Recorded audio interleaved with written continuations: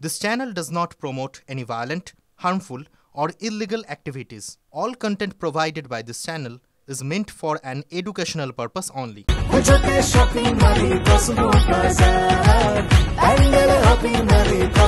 Cosmo বাজার পুজো shopping two pandal hopping, সঙ্গে রয়েছে দারুণ আকর্ষণীয় উপহার।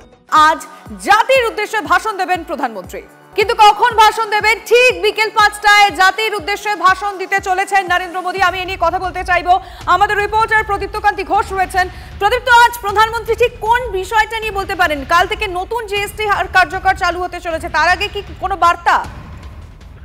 দেখো, তেমনটাই মনে করা হচ্ছে। তার পাশাপাশি যেহেতু উৎসবের মরশুম শুরু হবে, ইতিমধ্যেই প্রধানমন্ত্রী, স্বরাষ্ট্রমন্ত্রী সহ একাধিক দেশের শীর্ষ স্তরের যারা দায়িত্বপ্রাপ্ত বা নেতৃত্ব রয়েছেন তারা শুভেচ্ছা জানিয়েছেন উৎসব মরশুমের। ফলে উৎসব এবং তার ঠিক সেই সময় থেকেই আর জিএসটির যে নতুন কর কাঠামো গোটা দেশে লাগু হতে চলেছে, তার প্রাক মুহূর্তে প্রধানমন্ত্রী নিশ্চয়ই সেই সমস্ত প্রসঙ্গের কথা উল্লেখ করবে বলেই মনে করছেন অনেকে। এবং তার পাশাপাশি যেহেতু নরেন্দ্র মোদী, ফলে তিনি বিভিন্ন সময় বিভিন্ন ধরনের ঘোষণাই ধরনের বক্তৃতা থেকে করেছেন। ফলে সেই রকম কোনো ঘোষণা, কোনো চমক থাকে কিনা সেদিকেও সকলের নজর রয়েছে। তবে অনেকেই মনে করছেন জিএসটির কর কাঠামো এবং তার পাশাপাশি যেহেতু উৎসবের মরশুম, সেই সময় ভারতবাসী কিভাবে থাকবেন, কি কোন পথে চললে আরো ভারতের ভালো হবে, এই সমস্ত বিষয় নিয়েই হয়তো প্রধানমন্ত্রী নরেন্দ্র মোদী বিকেল 5টার সময় জাতির উদ্দেশ্যে তিনি। একেবারে তুমি সঙ্গে থাকো প্রদীপ্ত। এই মুহূর্তে তৃণমূলের রাজ্য সহ সভাপতি জয়প্রকাশ মজুমদার আমাদের সঙ্গে রয়েছেন। জয়প্রকাশ বাবু, আর কিছুক্ষণ পর, কয়েক ঘন্টা পর বিকেলবেলা জাতির উদ্দেশ্যে ভাষণ দিতে চলেছেন প্রধানমন্ত্রী নরেন্দ্র মোদী। কাল থেকে নতুন হারে জিএসটি আর চালু হতে চলেছে, তার আগে বার্তাই কি শুনতে চলেছে? মানে আপনি কিভাবে দেখছেন আজকে প্রধানমন্ত্রীর বার্তা দেওয়ার আগে কি মনে করছেন? প্রধানমন্ত্রী জিএসটি ট্যাক্স বাড়ছে কমছে এইসব জিনিসগুলো আগে বাজেটে হতো, অর্থমন্ত্রী বলতেন। আজকে ক্ষমতা কেন্দ্রীভূত হয়ে সব প্রধানমন্ত্রী জাতির উদ্দেশ্যে ভাষণ শুনেছেন। আপনাদের আইসক্রিমের ওপর আমি 4% ডিউটি কমিয়েছি, হাততালি হাততালি। এই হচ্ছে মোদী প্রোপাগান্ডা। বলুন তো, এর আগে কোনোদিন কোনো প্রধানমন্ত্রী এরকম করেছেন? উল্টো দিকে দেখুন, আজকে ভারতবর্ষের বৈদেশিক ঋণ কয়েকদিন আগে কেন্দ্রীয় সরকার বলেছে যে 150 লক্ষ কোটি টাকা, কিছু না হলেও 20 লক্ষ কোটি টাকা বাৎসরিক তার সুদ দিতে হচ্ছে। অর্থনীতি নাকি সারা পৃথিবীর মধ্যে 3 না 4 নম্বরে আমরা আসবো বলছেন, কিন্তু আসল জায়গাটা বলছেন না যে ঋণ করে আমাদের অর্থনীতি চলছে। আবার আপনি দেখুন, গতকাল ট্রাম্প আরেকটা থাপ্পড় মেরেছে ভারতবর্ষকে। H1B ভিসা, যেখানে 70-75% ভারতীয় কাজ করে, বলছে $1 লক্ষ দিতে হবে। $1 লক্ষ, তার মানে 90 থেকে 95 লক্ষ টাকা তাদের দিতে হবে। এই যে জন্মদিনের শুভেচ্ছা দিয়েই তারপরেই থাপ্পড়, উনি কি এইসব কথা বলবেন জাতির উদ্দেশ্যে? ভাই, বাইরে এখন ভারতবর্ষের সম্মান নেই, আমারই সম্মান নেই, আমি বিশ্বগুরু নই। শুধু অপমান হচ্ছে, অপমান, চারিদিকে অপমান। জয়প্রকাশ বাবু, ধন্যবাদ আপনাকে আমাদের সময় দেওয়ার জন্য। আজকে আর ঠিক 3 ঘন্টা 28 মিনিট মতো সময় রয়েছে, তারপরেই বিকেলবেলা জাতির উদ্দেশ্যে ভাষণ দিতে চলেছেন প্রধানমন্ত্রী নরেন্দ্র মোদী। পুজোর আগে, মানে আজ মহালয়ার তার ঠিক বিকেলবেলা এরকম একটা সময় নতুন কোনো বড় ঘোষণা কি হতে পারে? নজর সকলের রয়েছে, গোটা দেশ নজর রাখছে। অবশ্যই বিশেষ নজর বাংলার তো রয়েছে, কারণ আজকের দিনটিকে বেছে নেওয়া। কারণ আপনাদের মনে থাকবে, নির্মলা সীতারামন কলকাতায় বিশেষ একটি অনুষ্ঠানে এসে কিন্তু এই কথাটি বলেছিলেন। প্রধানমন্ত্রী এই বিশেষ দিন বেছে নিয়েছিলেন নতুন হারে জিএসটি শুরু করার ক্ষেত্রে। তার ঠিক আগের দিন আজকে বিকেলবেলা কি বলতে পারেন? নতুন কোনো ঘোষণা কি হতে পারে? তৃণমূল কি মনে করছে সেটা তো জানলাম, বিজেপি কি মনে করছে এবার সেটাও জানার চেষ্টা করি। রাহুল সিনহা আমাদের সঙ্গে রয়েছেন টেলিফোন লাইনে।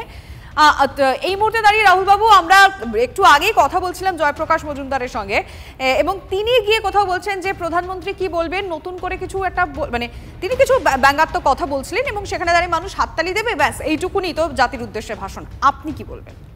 দেখুন, আসল কথা হচ্ছে প্রধানমন্ত্রী জাতিকে দিয়েই যাচ্ছে, আর মমতা ব্যানার্জি শুধু মানুষের থেকে নিয়েই যাচ্ছে। যে কারণে প্রধানমন্ত্রীর ভাষণ শুনলেই ওরা ভয় পায়, যে তাহলে প্রধানমন্ত্রীর যে পজিটিভ বা উন্নয়নমুখী কথাবার্তা, সেই উন্নয়নমুখী কথাবার্তাতে ওদের বিনাশমুখী যে যাত্রা সেটা আরো স্পষ্ট হয়ে যাবে মানুষের কাছে। যে কারণে এরা আতঙ্কিত হয়ে ওঠে যখনই কোনো উন্নয়ন দেখে, যখনই কোনো জনকল্যাণকর কাজ দেখে। কারণ এদের কাজ তো হচ্ছে নিজ কল্যাণ, অতএব তৃণমূলের কাজ হচ্ছে নিজ কল্যাণ। অতএব নিজ কল্যাণ যাদের মূল উদ্দেশ্য, তারা জনকল্যাণ কখনো দেখতে পারে? যে কারণের জন্য প্রধানমন্ত্রী, জনদরদী প্রধানমন্ত্রী, তার প্রতি সারা দেশের মানুষের আস্থা এবং বিশ্বাস আছে। বুঝতে পারছি রাহুল বাবু, ধন্যবাদ আপনাকে।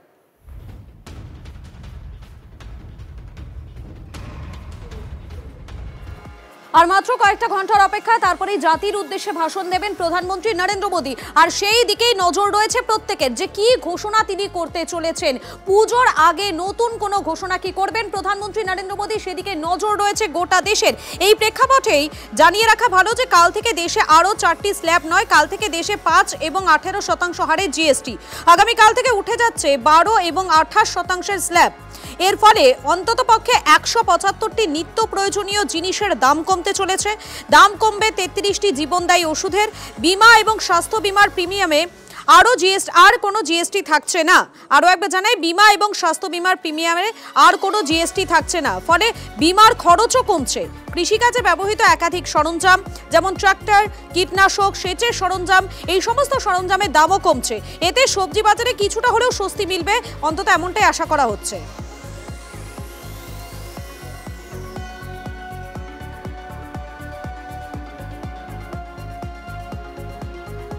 বাংলার কথা মাথায় রেখে 22শে সেপ্টেম্বর থেকে জিএসটির নতুন হার কার্যকর। গত 18 সেপ্টেম্বর কলকাতায় এসে ঠিক এমনই দাবি করেন কেন্দ্রীয় অর্থমন্ত্রী।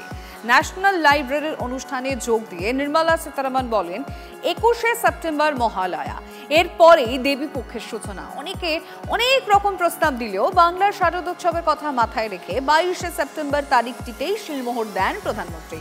আর সেই মতোই 22শে সেপ্টেম্বর থেকে জিএসটি নতুন হার কার্যকর হবে গোটা দেশে, জানান Nirmala Sitharaman. So, if Prime Minister Modi indicated Deepavali, and if GST has gone through a major revamp, the Shubha Mangal Divas is first day of Navaratri, the next day of Mahalaya. So don't you see the very strong influence of Bengal in this decision making? Absolutely for you all.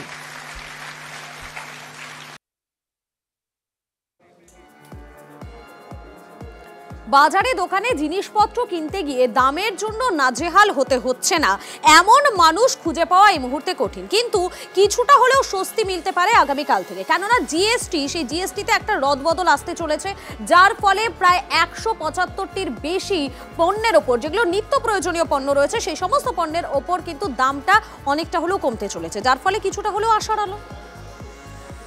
Navratri से ही देश के करोड़ों परिवार की जो जरूरतें हैं वो और अधिक सस्ती शुरू हो जाएगी। देश के लिए सपोर्ट और ग्रोथ की डबल डोज है। एक तरफ देश के सामान्य परिवार की बचत और दूसरी तरफ देश की अर्थव्यवस्था को नई मजबूती। দেশের কর কাঠামোয় বড় বদল। দেশে এবার 5 এবং 18% হারে জিএসটি তুলে দেওয়া হয়েছে। 12 এবং 28% স্ল্যাব। 175টি নিত্য প্রয়োজনীয় জিনিসের দাম কমবে। দাম কমবে 33টি জীবনদায়ী ওষুধের। সাধারণ মানুষের একটাই প্রশ্ন, বাজার থেকে মুদির দোকান সুরাহা মিলবে কোন কোন জিনিসে? জিএসটি সম্পূর্ণভাবে উঠে যাচ্ছে দুধ, ছানা, পনির, পাউরুটি, খাতা, নোটবুক, ইরেজার, রং পেন্সিলে। জিএসটি কমে 5% হওয়ায় দাম কমছে ঘি, মাখন, cheese, chocolate, coffee, jam, jelly, cake, pastry, ice cream, সাবান, shampoo, brush, paste, shaving cream, মাথার তেল, feeding bottle, sanitary napkin, diaper, চশমা, সুগার মাপার মেশিন, রোগ পরীক্ষার সমস্ত সরঞ্জাম, টিভি, ফ্রিজ, এসির। মধ্যবিত্ত তাদের জন্য খুব রিলিফ হয়েছে। তারপর টিভি, ফ্রিজেরও কমে গেছে, খুবই ভালো। আর পুজোর আগে তো খুবই ভালো এটা করেছে সরকার। মিল্ক পাউডার বলুন বা বাচ্চাদের ডাইপার বলুন, সেগুলোতেও অনেক কমে গেছে দাম। যারা সাধারণ মানুষ খেটে খাওয়া মানুষ, তাদের ক্ষেত্রে খানিকটা সুরাহত হলেই। আমরা গভর্নমেন্টকে আবেদন করব গভর্নমেন্টের কাছে যাতে এটা মনিটরড হয় ঠিকঠাক। আমাদের যে মূল্যবৃদ্ধি হচ্ছে সেটাতে কিছুটা লাগাম টানতে পারবে আমার মনে হয়। কৃষিকাজে ব্যবহার হয় এমন একাধিক সরঞ্জাম যেমন ট্রাক্টর, কীটনাশক, সেচের সরঞ্জামেরও দাম কমছে। এতে সবজির বাজারেও কিছুটা স্বস্তি মিলতে পারে। জনতা খুশি, কিন্তু রাজনীতির রং ছাড়া কিছুই সম্ভব নয়। সেই রংটা লেগেছে স্বাস্থ্য বীমা ও জীবন বীমার প্রিমিয়ামের ক্ষেত্রে। এখানেই কৃতিত্বের লড়াই। তৃণমূলের দাবি তাদের দাবি মানতে হয়েছে কেন্দ্রকে, এটা তাদের কৃতিত্ব। বিজেপি যদিও সেটা মানতে নারাজ। এটা আমরা ফার্স্ট লিখেছিলাম, I am proud of my party, যে আমাদেরটা আজকে সবাই মানতে বাধ্য হয়েছে। আলোচনাতে আপনি বুঝতে পেরেছিলেন জিএসটি কাউন্সিলে যে আগামী দিনে এটা হতে চলেছে, সেই জন্য আপনি চিঠিটা দিয়েছেন। মোদিজি একটা ভালো কাজ করেছে, এইটুকু দরাজ হৃদয় নেই আপনার? এগুলো মানুষের প্রয়োজনের চাইতে নিজেদের রাজনৈতিক গুরুত্ব বাড়ানোর একটা বেঠিক মনোভাব। কৃতিত্বকার সে নিয়ে রাজনীতির লড়াই চলবে, কিন্তু বাজার থেকে মুদির দোকান টানাটানি সংসারে দুটো পয়সা সাশ্রয় হলে পুজোর মাসে মানুষের মুখে হাসি ফুটবেই। 22শে সেপ্টেম্বর থেকে নতুন কর কাঠামো লাগু হতে চলেছে গোটা দেশ জুড়ে। Bureau report, TV9 Bangla.